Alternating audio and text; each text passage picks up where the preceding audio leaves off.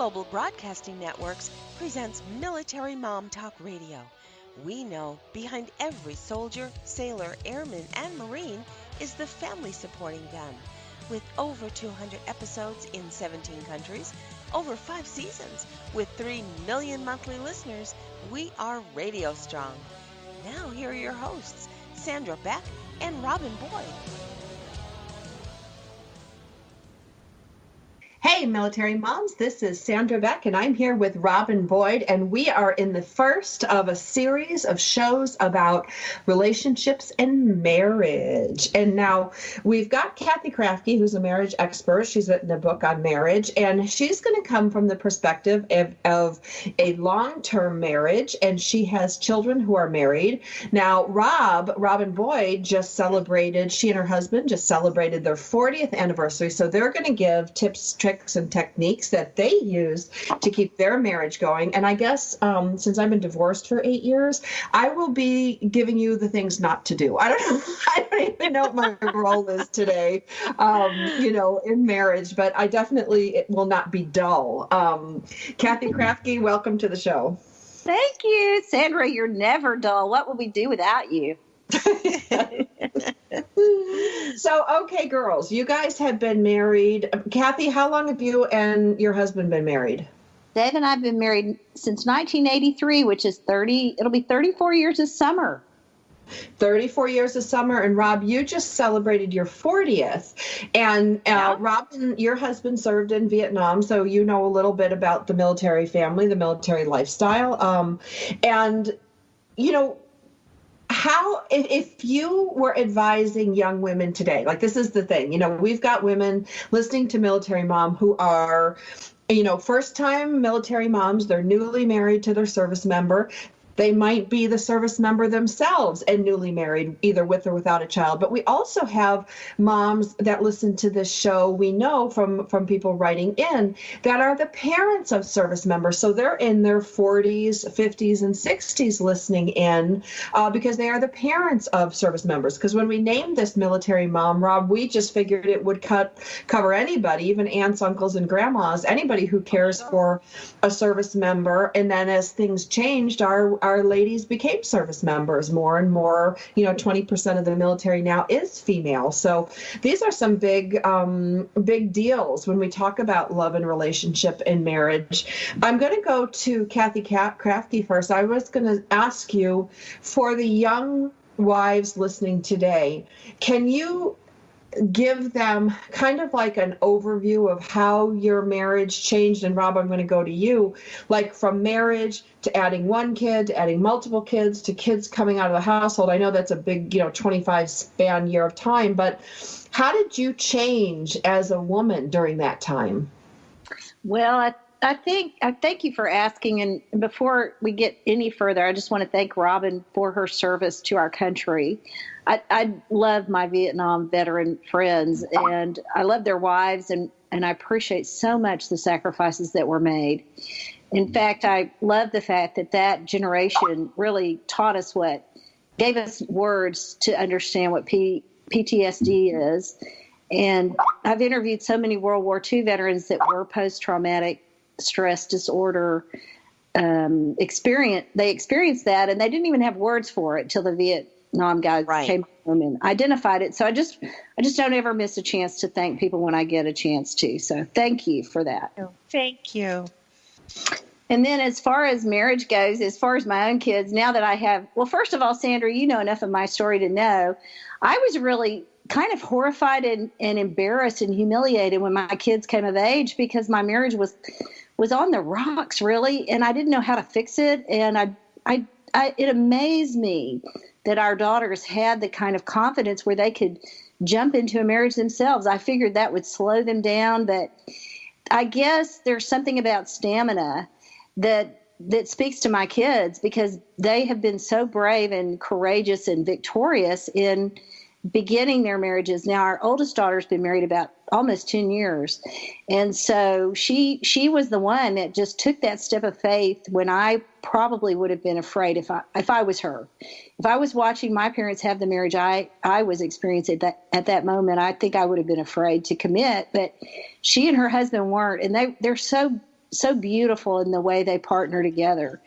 And we've learned a lot from them. But my overarching thing is, I always tell young mothers, marriage changes every 5 years because we change. So things will be different. If you can hang on a few more years, you might find out you've been through your worst part of your marriage ever. I think so many times my advice to young people have been, do you love this person the way they are right now?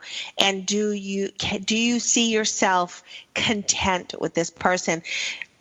I know so many times people will say, "Oh, well, once we get married, I'll make him do this," or once we get married, maybe he'll change a little and do that.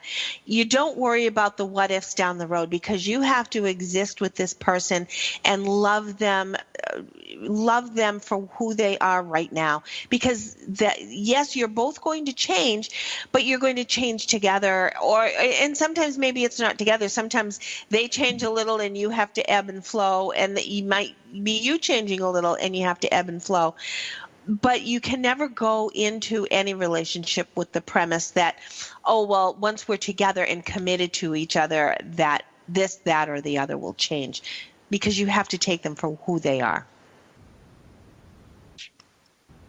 I was just sitting here thinking, like, I should have listened. You know, so many of my friends and family cautioned me on marrying the person I did.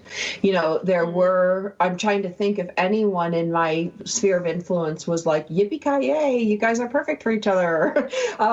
You know, my advice, just, you know, from being the divorced one of the group, or recycled. I like to call myself recycled. It sounds so much better. But that, you know, really give mind to your family and friends. You know, yes, you ultimately have to make your decision like I did, and I'm not sorry that I got married. You know, I have 2 wonderful children as a result, but when I look in hindsight, I think I would have proceeded more carefully or listened a little more. And I guess, you know, when you're young, you don't listen. I didn't. Yeah. Did you listen, Cathy? Yes. I will say, I think Dave and I had staying power in our advantage. And he's such, bless his heart, he's probably the only person I know that's as stubborn as I am. So that also translated into long-suffering and persevering and loyal. Sometimes we look at those attributes and we don't see them for the positive thing they can be, especially when you're young. You know, it's just easy to see the negative and not the positive when you're a young person and you're in a close, intimate kind of setting. It just triggers all kinds of responsibilities to be mature. And when you're young, that's just harder. Or at least, I don't know if it is for everybody. For me, it was harder to be mature then than it is now. How old were you when you got married? Oh. Well, I was 24 when I got married. Mm-hmm. But I think my faith has made an impact on how I perceive things. So I was a fairly young believer too, and coming into marriage with only a few years of being a Christian Christ follower, for me, I think that changed my mindset so much that I think that is part of the equation in my case, at least. Cathy, did you have common interests, or were you intrigued by David when you first met him? Oh, I love that question. A little of both. He was just about the most handsome human being I've ever seen. And I still think that, by the way. I don't listen to him hard now. I just think he's a good-looking man, you know. I'm always proud to be with him. And so anyway, I don't know if that matters. That's so superficial, but, you know, let's just tell the truth. Why not? Right. But there's that desire. There's that, I have to say, it is chemistry. And I have to, because Stephen and I only knew each other for 6 months before we walked down the aisle.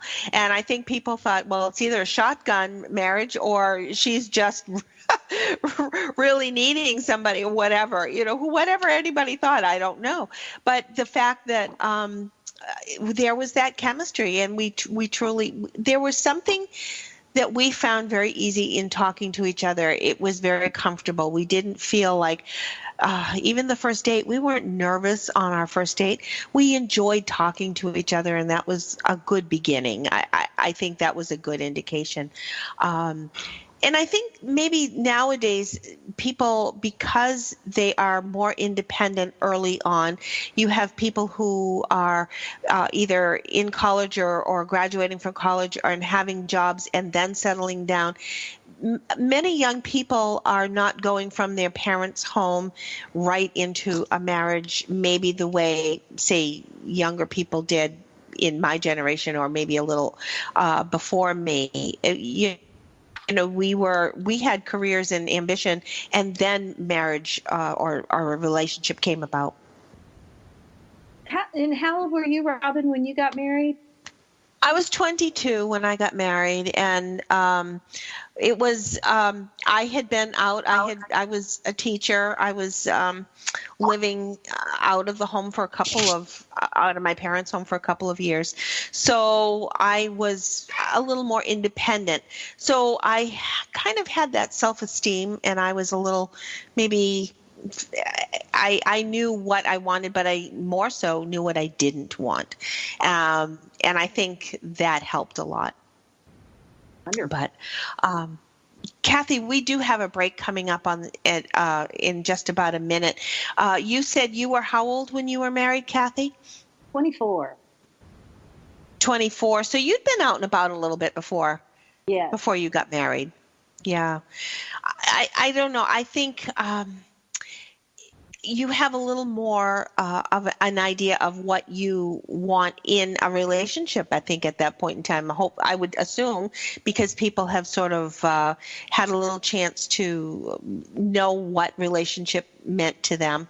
It becomes a little more of what you don't want in a relationship. I remember dating somebody just before I was dating Steven, and there were certain things that this person would do that just drove me crazy. I said, oh my God, I can't live with this person. Yeah. This just isn't going to work. Well, on the other side of the break, we're going to have a lot more to talk about with Cathy Kravfe. We'll be right back after these messages today on Military Mom Talk Radio. Mom Talk Radio. Secret Cuisines and Sacred Rituals is a quest, a place, and a feast. Join host Vilasi Venkatachalam every week to explore myths, mystique, old medicine, and brilliant modern solutions through a dazzling kaleidoscope of cuisines, cultures, and cures. This is the place where tribes gather, strangers and familiars, to be memory keepers and makers of our evolving, enduring, evergreen, spoken legacy of wisdom and ingenuity. In Velasi's words, when we do old things in new ways and new things in old ways, we paint with an inspired palette, weave our own healing traditions, and become our own guru. Velasi is a troubadour of secret cuisines and sacred rituals. She collects stories of wisdom, ingenuity, and grit. She believes wellness and transformation happen when you stand at the threshold of delight and discovery. She displays her hidden penchant for drama when she leads the safari at the supper club. Her favorite pastime is to extol the marvels of cuisines, cultures, and cures. To her audience in workplaces, seminars, and salons, her mantra is, be your own guru. She is a biochemist, botanist, and alchemist who likes to churn delightful, useful things from a brew of art and science, ancient and evolving, old medicine, and new cures. Join Velasi every Friday at 11 a.m. Eastern Standard Time, only here on the Woohoo Radio Network.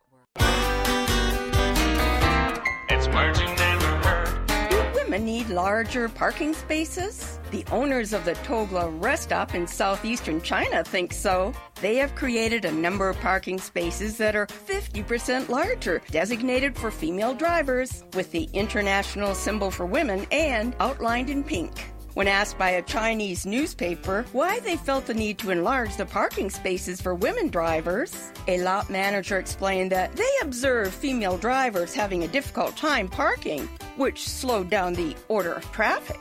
I admit I'm a bit of a baby bummel or bungler when it comes to parking, but is this really necessary? Actually, I was complimented on my parking the other day. Someone left a note that said, "Parking? Fine." It's words you never heard. I'm Carolyn Davidson, and you can have fun challenging your words you never heard vocabulary with my free app, 2 Funny for Words.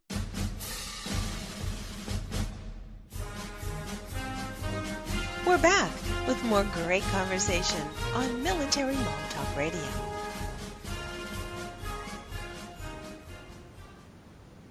Hey ladies, this is Sandra Beck and I'm here with Robin Boyd and we are talking about marriage today. This is the first in our marriage series. And if you like what you hear today, go to iTunes under Military Mom Talk Radio. You can also go to militarymomtalkradio.com to find this episode and many more helpful episodes like this. Now, when we were on break, we were talking about some of the specific, unique characteristics of the military marriage or the military relationship. Because if you're like me and you got burned once by marriage, you're not in any hurry to run down the aisle anytime soon. And I had a long-standing 5-year relationship with a military commander, also single, and a father of children, divorced. And it was really hard because the separation were hard. Rob, you had to listen to me during those years. And, I never knew where in the world he was going or what he was doing, and that was frustrating. And then on top of it, I would blab for like an hour about my day, and then he couldn't tell me what he worked on. He couldn't tell me what he did. And, and it got very frustrating. And it was very hard to stay connected because for many times I felt like it was one-sided. I'm sharing, and he's not. And, pile the separation on top of that. And it's tough. It's a rough row to hoe. And Cathy, in your marriage, you had a lot of separation. And in Rob, you guys had separation and, you could only write letters. So what advice do you have or what, I want to honor the military family and how difficult it can be with just some of these strategic considerations. And of course, let's not forget how many times people have to move. So you've got moving on top of it and uprooting. And, it's hard to make stable, long-lasting friendships that aren't on Skype or email or telephone. So these are some of the unique considerations faced by our military service personnel and their families. And so, girls, I'm going to ask you, what's your techniques to keep your marriages together and thriving? Mm-hmm. Go ahead, Cathy.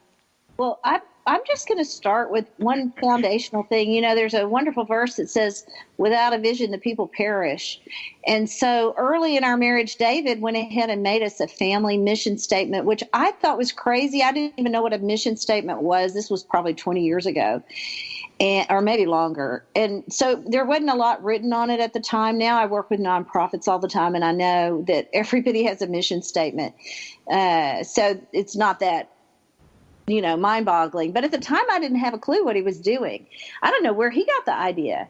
But I'll just read you ours because I think it's made a big difference on how willing we are to become very intimate and vulnerable with each other.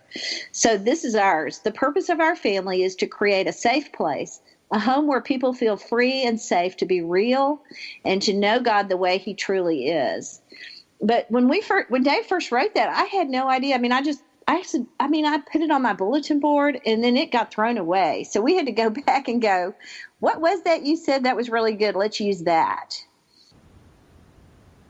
I do love that because it sort of gives you a bind. It binds you in that relationship even more than your wedding vows, because the purpose of a mission statement is to be a consistent binding of all that is, whether it be an organization, whether it be a relationship, a household, a marriage. And I do like that. We would try very hard to when Steve was home, but he was busy, I would try and leave notes for him. I would try to make sure that there was at least a message, whatever is in your day, I am with you, or something of that nature. And that was sort of his... he would keep that note with him, and I would keep a note from him. And we may not be able to experience each other's day equally, but at least we knew in our hearts were connected, our souls were bound, and that was what had to help us get through. There are times that we can't listen to the other side. They can't share what we've done, but we have to trust that they are doing their day and give them the strength of support that they know that we're behind them. And it's the other way around just as easily. I love that. And I think that's such a hard role for the wife to be home. And military marriage, I loved what Sandra introduced this section with, that military families do face some really unique challenges. And I remember, I can't imagine doing that all the time on deployment. It just blows my mind that families have that kind of fortitude and sacrificial attitude, that they would do that in honor of freedom and for the sake of the rest of us. I can hardly even do the show without crying, honestly. I'm so grateful. But I remember when Dave was gone, there were things we would do, and when we were laughing about it, my daughter and I, when I asked her what I could say that might encourage other women who have husbands perhaps deployed or wives, then the spouse at home, she said, well, Mom, whenever Dad was gone, there was a sort of different rhythm. And I actually she said she liked both rhythms. But it is true that when one of the spouses is gone, the other one can kind of relax on some of the things that matter when you're together. And you can focus more on the kids, and that is difficult, but it's also fun sometimes. So the rhythm is different, but it is kind of a blessing in a way. It can be. There's so many things that I think were important to us in all of our years. The one thing when he was home, we would try very hard to do was to have coffee together in the morning. We owned a small business for a while. Then he was on the road quite a bit with his business. We would start the day at least with a cup of coffee, and we would try not to put the news on. We would definitely just listen to music or whatever. This would be before the kids would get up, and this would be our time to at least begin the day. We may not see each other for the rest of the day until that next point the following day, and that gave us sort of our foundation. The other thing that we try to do is every so often the TV goes off, we just listen to music. And interestingly, the music many times will be the catalyst to unveiling things that may not have been able to be expressed before. For example, there's a song, and it's I can't remember the title of the song, but this man buys a car from an old lady, and come to find out it's a Corvette, and it had a note inside. If you found this note, that means I didn't come home. Take this car and make it your own. This created such a conversation for Stephen and I. He talked so much about when the guys would be out on deployment and they'd be on a mission and they'd be out in the wilderness, wherever they were. They wouldn't sit there and talk about what they were going to do, what they wanted in a girl or what they wanted at home. They would talk about their cars. And this totally brought a whole different aspect to, one, why are men so caring about their car? But that was their connection to home, was talking about their cars. It was something that I had, it was such a foreign concept to me, but through this music came a facet of my husband that I guess I never realized. So I love spending time every so often. The TV is off, the music is on, and we just flip through a playlist, and each song brings back a memory or brings back a connection. And those are the things that tie the marriage. I love that. Robin, I'm sitting here picturing you drinking coffee, but I'm going to share this quote. It's one of my favorite from Brene Brown. She says, I'm convinced that there's a song, a dance, and a path to laughter for every human emotion. And I got to tell you, when you first started sharing that story about having coffee and just making that a priority, I was actually thinking of you with your cup raised in the air dancing with your husband. Because, I mean, that's kind of emotionally what was happening there, that sweet dance of intimacy, the two of you together. You're so right, Cathy, in that intimacy has so many definitions. And I think the pleasure of contentment can be just as intimate as any physical act could ever be. I love that. The pleasure of contentment. I'm actually writing that down. Can I quote you on that? Oh, my goodness, yes. That just kind of came up, but it's true because intimacy evolves in a relationship. It's never going to be the same as that first hot night that you had. It's going to be the beginning, and it's going to grow and it's going to change, and it will never, it doesn't mean that it has to be less. There are going to be times that intimacy has to be put on the back burner. But I think there's going to be those times that if you have a relationship that is building and is becoming stronger, those are the times that will sustain you when there is a glitch, when there is a rocky episode. You're going to then wait it out, figure out the problem, work it out, because God knows we've had issues. We have not been bliss for 40 years. We've certainly had some challenges, but finding the way to process those challenges, I think, is difficult. And somehow the intimacy that is that deep soul, that bound, your soul is bound to this other person, that gives you that intuition, that strength, that ability to carry through and become a stronger marriage and relationship on the other side. Yeah, I love that. I want to just bounce this off of you and Sandra too. The idea of you said, I don't know any marriages. Like when we started, Dave and I just made a decision because we had looked for someone to give us good advice, and we ended up paying a counselor, which we love him and respect and are grateful to him. But we were just looking for another older couple that would tell us the truth. And I mean, nobody wanted to share at the kind of level that we needed. And so consequently, we've just made this decision ourselves that now we're past several different stages of marriage. We're going to share openly and let people know they can come. And I love that. We want to share more on the other side of the break, Cathy. We've got a break right here. And on the other side, let's pick that up again, because sharing not only with our children, and we seem to be an example to our children, but sharing with others. So we're here with Cathy Kravfe today on Military Mom Talk Radio. Don't go away. We have more.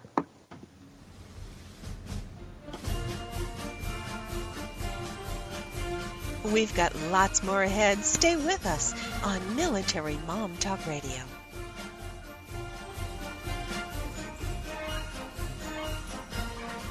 Welcome to Geraldine Tegelov Live, the show that shares with you the secrets of redefining, reinventing, and rebuilding your life. Having pulled herself from the rubble of financial ruin and having gone on to create a highly successful career, Geraldine has become an expert in the art of transformation. She believes that it doesn't matter where you are right now, how overwhelmed you feel, or how impossible the task of turning your life around may seem. You can do it.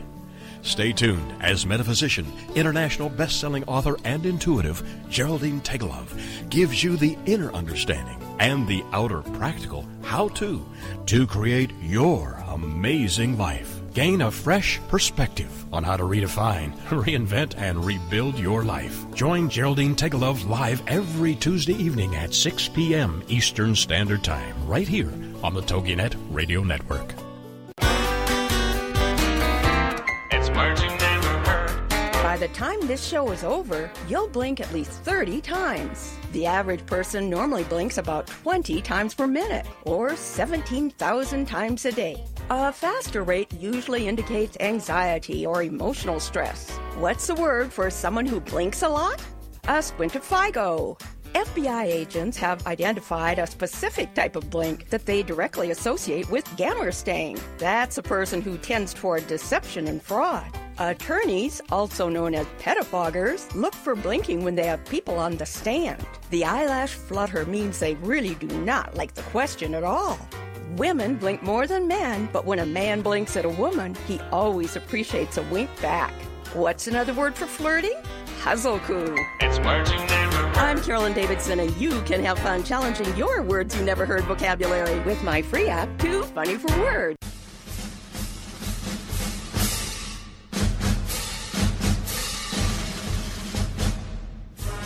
We're back with more great conversation on Military Mom Talk Radio.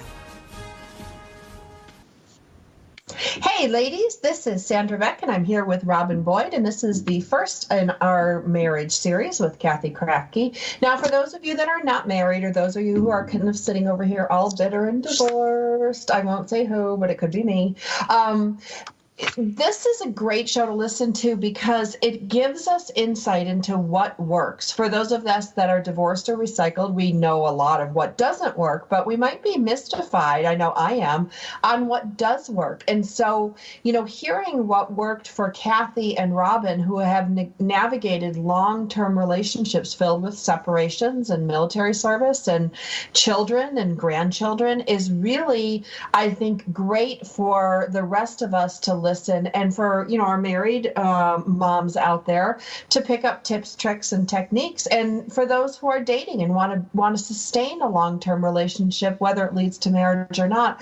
This type of intimacy building and like a glimpse into the future for those of us whose moms have passed on, or we might not have relationships with our moms or have parents that we can model our relationships after. It's really helpful for us to get a glimpse into Robin and Cathy's lives.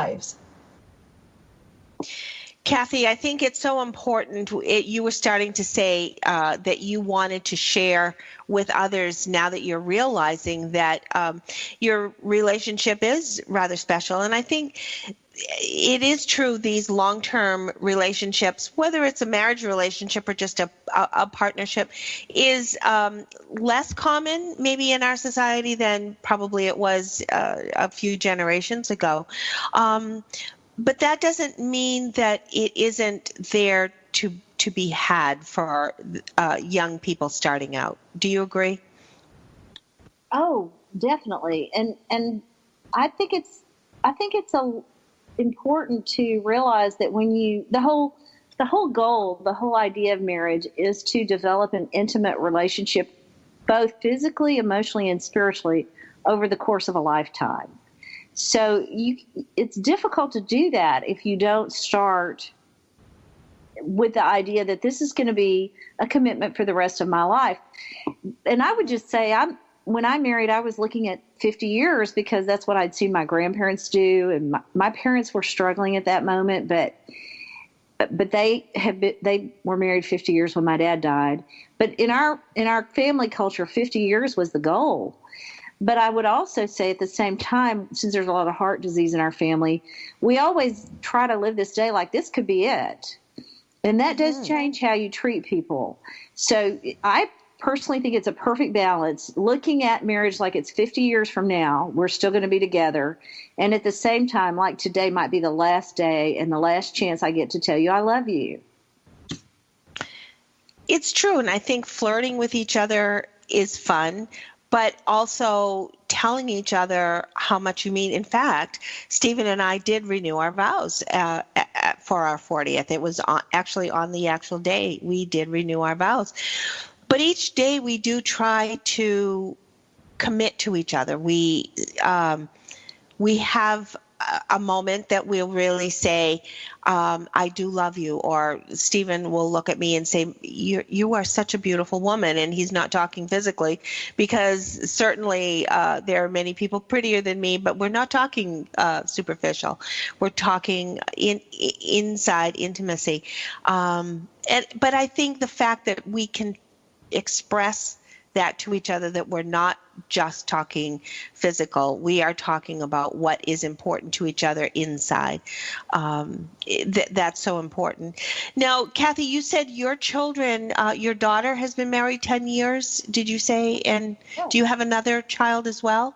I have two daughters and a son in college. So there was a bit of a gap. We had our two daughters close together, and then we had a break of about 10 years, and then we had a son. So that's my family. And the two older daughters are in their 30s, so they're married and they have beautiful families. And there's no reward like being a grandmother. It's just about the sweetest thing. I can't even believe how wonderful it is. How wonderful! I used to hear grandmothers talk about that, and I'd kind of roll my eyes. But now I know it's ridiculous how we love to talk about our grandbabies. It's true. Sam, did you have a grandmother that was special to you when you were little? You No. didn't have grandparents nearby. Well, Yeah. I had grandparents, but they were very traditional German, very cold, very and they were survivors. They were survivors coming from Germany, and they didn't speak the language, came here and formed shops, and my grandfather was a butcher, but they weren't warm and friendly, but they were a functional marriage. There were lots of functional marriages in my family. Now, my dad loved my mom to the ends of the earth. He just would look at her and light up. And, my mom was, the product of a single mom, and she was very conservative, reserved about her affections. And so, when I look at marriage models, I saw a lot of examples of utilitarian marriages. I don't know, other than my dad and my mom, I don't know how much were like the great romance. Interesting, but yet they were a strong marriage. And how long were they married when your mom died? Oh, they were 51 years. Oh my gosh. See? So yeah, Wow. I mean, there were, but you didn't get divorced in my family. My cousin Kevin and I, we were the groundbreakers, and then my cousins Melinda and Holly followed soon after, and then it was a trend. But divorce wasn't a big. It wasn't of that generation, I don't think. It's true. It's true. One of the things I discovered when I was researching for my book is, in fact, I can recommend the book that I first read this in. Stephanie Coots wrote a wonderful book called Marriage: A History. And in it, she makes a really good point, and that is longevity has increased so much that my grandparents, which were World War II people, my grandfather was a World War II vet, they were married. They were 6 months away from being married 50 years when my grandmother died. But that was a rare thing before the invention of penicillin, for instance. And also, women died in childbirth before the 1930s. It was only the 1920s when American doctors began to recognize that germs were spread the way they're spread. They just didn't understand it. So longevity means that in our grandparents' generation are really the first ones to have the opportunity to live together 50 years. And I don't know if other people out there find that encouraging, but I was so encouraged to realize we're doing something that's very unusual. When we commit to a 50-year marriage, it's only 3 generations that have had the opportunity to do that. And I think that makes people, and a lot of people go 25, 30 years and then they get divorced. Well, I mean, okay, that's still such an accomplishment. It's disappointing and heartbreaking to divorce. I know that. But I don't know. There was something so encouraging to me about the idea that we're doing something that's never been done in history before. What an interesting perspective, Cathy. I found it kind of freeing. Like, okay, the people around me that have been married 50 years and they didn't want to tell me that it was hard. Well, they're only like the first generation to do that. So maybe they didn't have anybody telling them it was hard. They kind of had to figure it out themselves. I think that's such a challenge for a young person, because if, for example, Sandra saw a very utilitarian relationship, yet it was a strong relationship. Your father loved your mother, but there was a lot of functional purpose in your mother's life. And she raised a beautiful family, and she obviously was successful, because look at the outstanding adults you all have become. Bright, successful, and now carrying on those values that she set forth. I think everybody has to appreciate that, in that it's an individual relationship. Not every relationship is going to be the hearts and romance and the Valentines and the flowers every other week or whatnot. There are different ways to show your dedication to each other, and I think that's important. Well, and I want to put this question up here. When I was in my 20s, the purpose of marriage was to have a family, to get a house, raise some kids, have a couple dogs. Like, that was a big part of my, viewpoint. But now when I look at, okay, my kids are 10 and 13, and I really question, like, why does somebody get married after divorce? Like, why would you get married again? And my dad had a really funny thing. He said, have you seen the $73 in your bank account? He said, that's a good reason. He goes, much more, Sam. He's like, that's a good reason. But, these days, marriage takes on so many different shapes and forms. Marriages between men, marriages between women. We've got our May, September marriages. It's amazing to me. And so I get turned around going like, well, what is marriage anyway?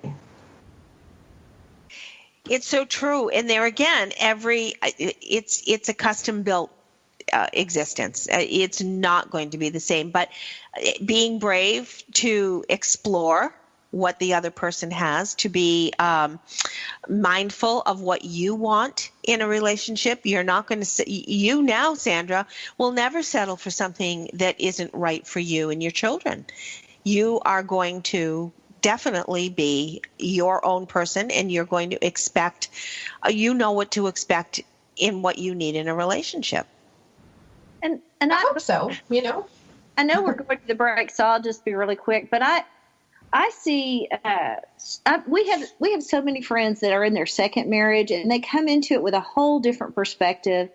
So when Dave and I are around certain couples, the tender way they look to each other's eyes, that in itself inspires me and makes me. We sometimes leave this one couple and we say, we've got to try to be that tender. It's so sweet. I mean, it just hits us like balm or oil on our skin. It's just so sweet to be around them. Oh, isn't that wonderful? And isn't it wonderful to have someone who gives you that feeling? Because then I think it just leads more into your own relationship. I think that's wonderful. They're so precious.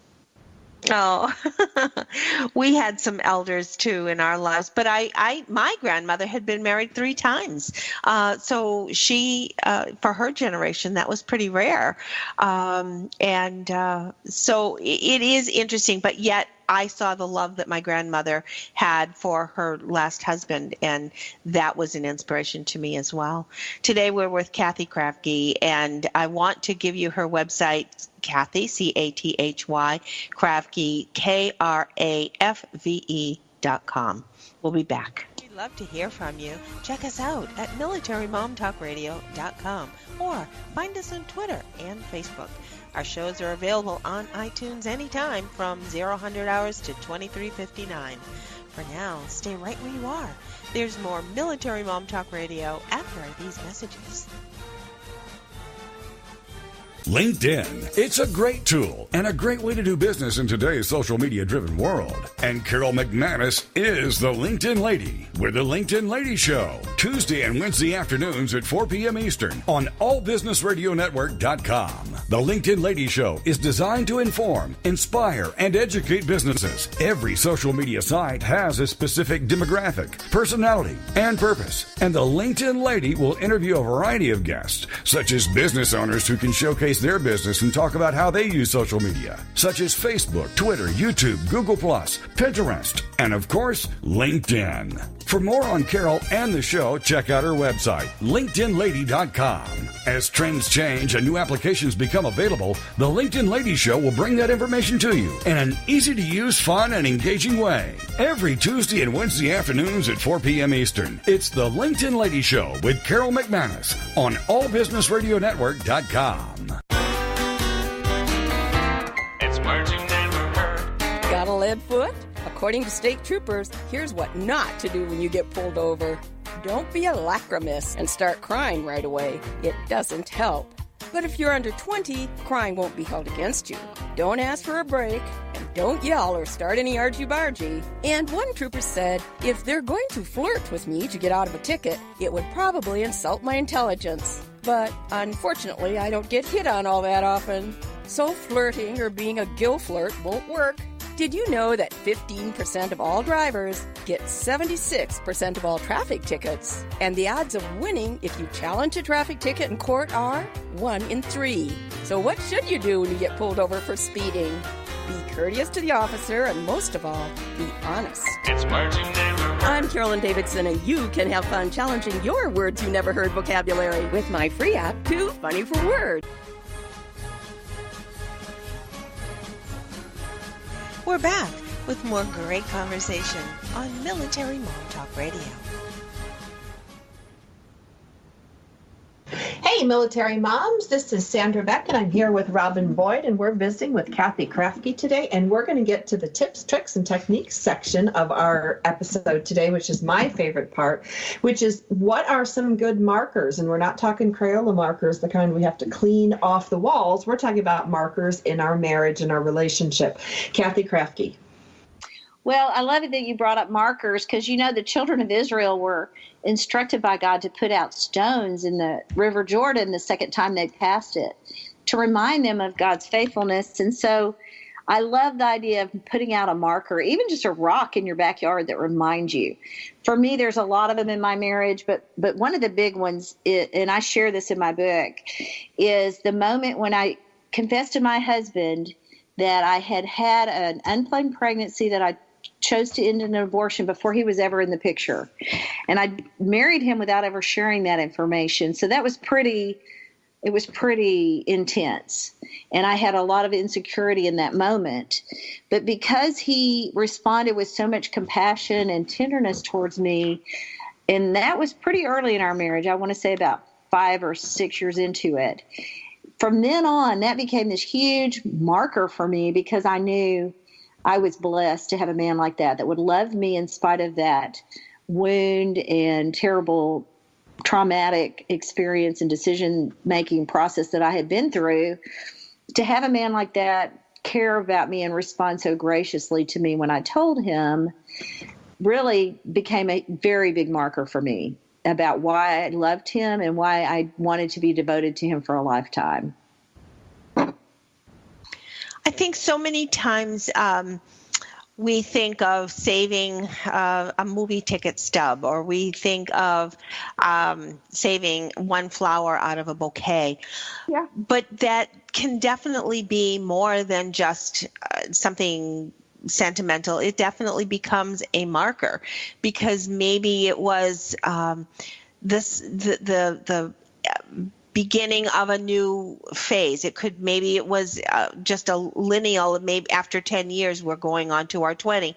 That could be the passage to the next phase in this relationship.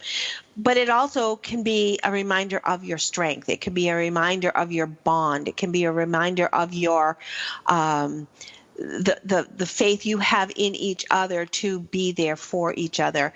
And truly a relationship is not only faith in our superior being, but faith in each other, that we are true to each other, that we are truly going to be there for each other. You know, we were talking about practical stuff, and one thing happened not too long ago, this past Valentine's Day. I cannot remember what happened in the morning, but it was like I started driving to work and I thought, ooh, I'm not feeling very romantic, and today's Valentine's Day, and I have so many friends that don't have a Valentine. I need to be a little bit more appreciative, and I want to be appreciated a little more than this. So I sent Dave a text, and I did what I call a reboot. I just sent him it took maybe 3 seconds to send him a text that said, honey, I did not like the way that began the way we began the morning. Can we have a reboot and talk romantically to each other? It is Valentine's Day. And I got back this really sweet Valentine from him, and I felt so much better. I have to say, thank God for the invention of our phones that can text each other. There are so many times we can get very emotional with each other in texts. Yeah. In a very positive way. Yeah. Oh, sorry, I didn't mean to interrupt you, but I was just going to say, to me, the reboot, that's a new skill for me. It wasn't something I learned growing up. Just to go back and and not have to blame or even say I'm sorry. I do that quite a bit actually, but also to just say, that isn't exactly what I wanted. Can we just redo that? And so as women, that would be one of my big advice. A big piece of advice for me is to learn to know what I actually want and ask for it. I like that, Cathy, so much. That, I think, is so valuable. We need to communicate. And there again, we get very caught up in our days. We have to put aside suspicion. We have to put aside our inner guilt. We have to just say, this is face value what this day is. And if the day didn't start out well, it's not saying you could have done blah, blah, blah. You could have done this or whatever. Why didn't you? There's no blame there. It's, you know what? I let's start over. I like that so much. I think it's so easy for the next generation because they have that word reboot in their vocabulary already. You just, Sure. Turn it off and turn it back on and just do it different the second time. That's right. That's right. Have you said that you had a counselor or somebody to talk to at various times throughout your marriage. Yeah. How has that given you the bridge to your next devotion to each other? I think for us, there were just so many things that we were doing that were communication faux pas, bad training, and self-indulgences, maybe you could say. And so for us, sitting on that couch in a counselor's office, it really gave us a chance to have a third party, objective person. For me, honestly, one of the best things was when he said to us, you guys have so much to be thankful for. I have people sitting in my office all the time that would trade for your marriage and your children in a heartbeat. So for me, I think one tip I would have is when I felt bitterness creeping in, to realize how blessed I was. And certainly counseling did that for me. I knew I had a lot to be thankful for, but I still was unhappy because we had serious issues that were communication based. Well, for one thing, he asked me what I wanted, and I didn't know what to say. I mean, that was worth all the money we spent on counseling right there. I came back the next month, and I had 30 things that I wanted in my marriage, but I'd never verbalized them before. So I think that was worth all the money we spent on counseling, just that one little nuance for me. It was a light bulb moment for me. How to communicate is an art. And I think we have to learn not to lace it with an ultimatum. We have to learn not to lace it with an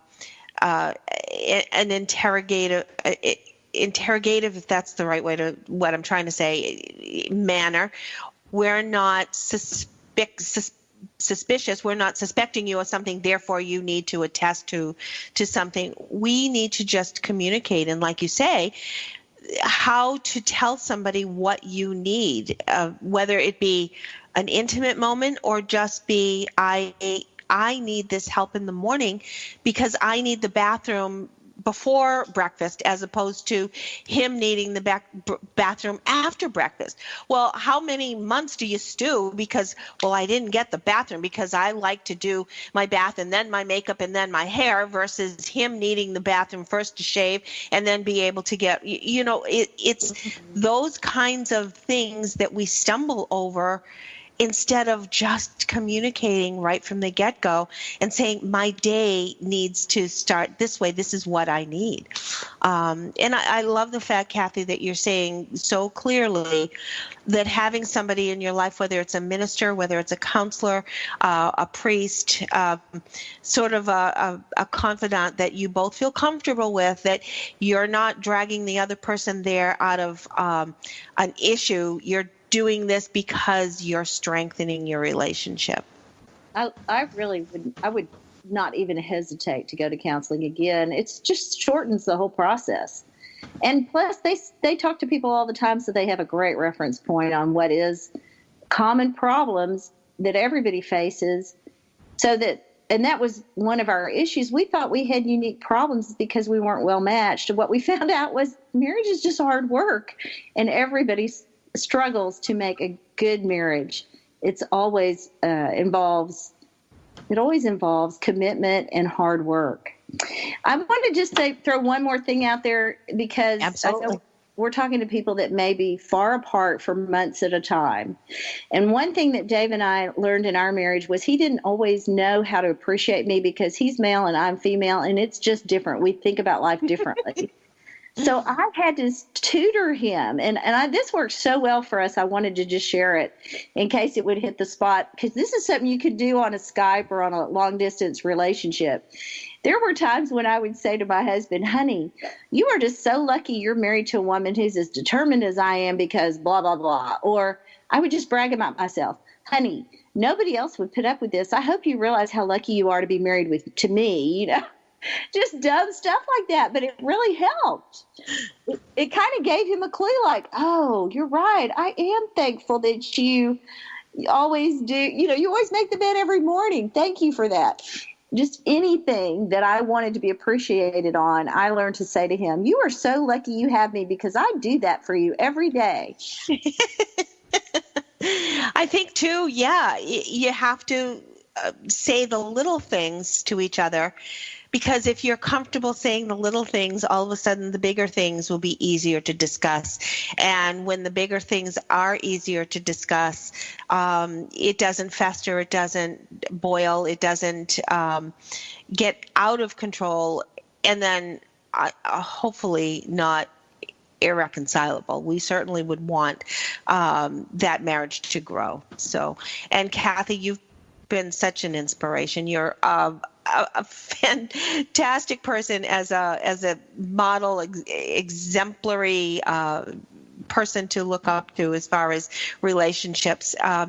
We are so glad you were with us today, and we want to make sure, again, we have your website out there, and it's Cathy, Cathy, last name Kravfe, KRAFVE.com.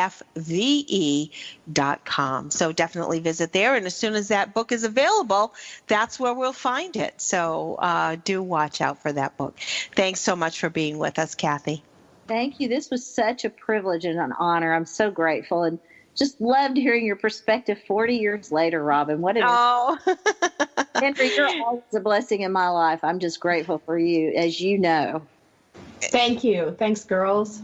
Thanks, Sandra. And we'll all be back soon again. So watch for our next episode on Military Mom Talk Radio. Thanks, everyone, for being with us today. We sure do appreciate it.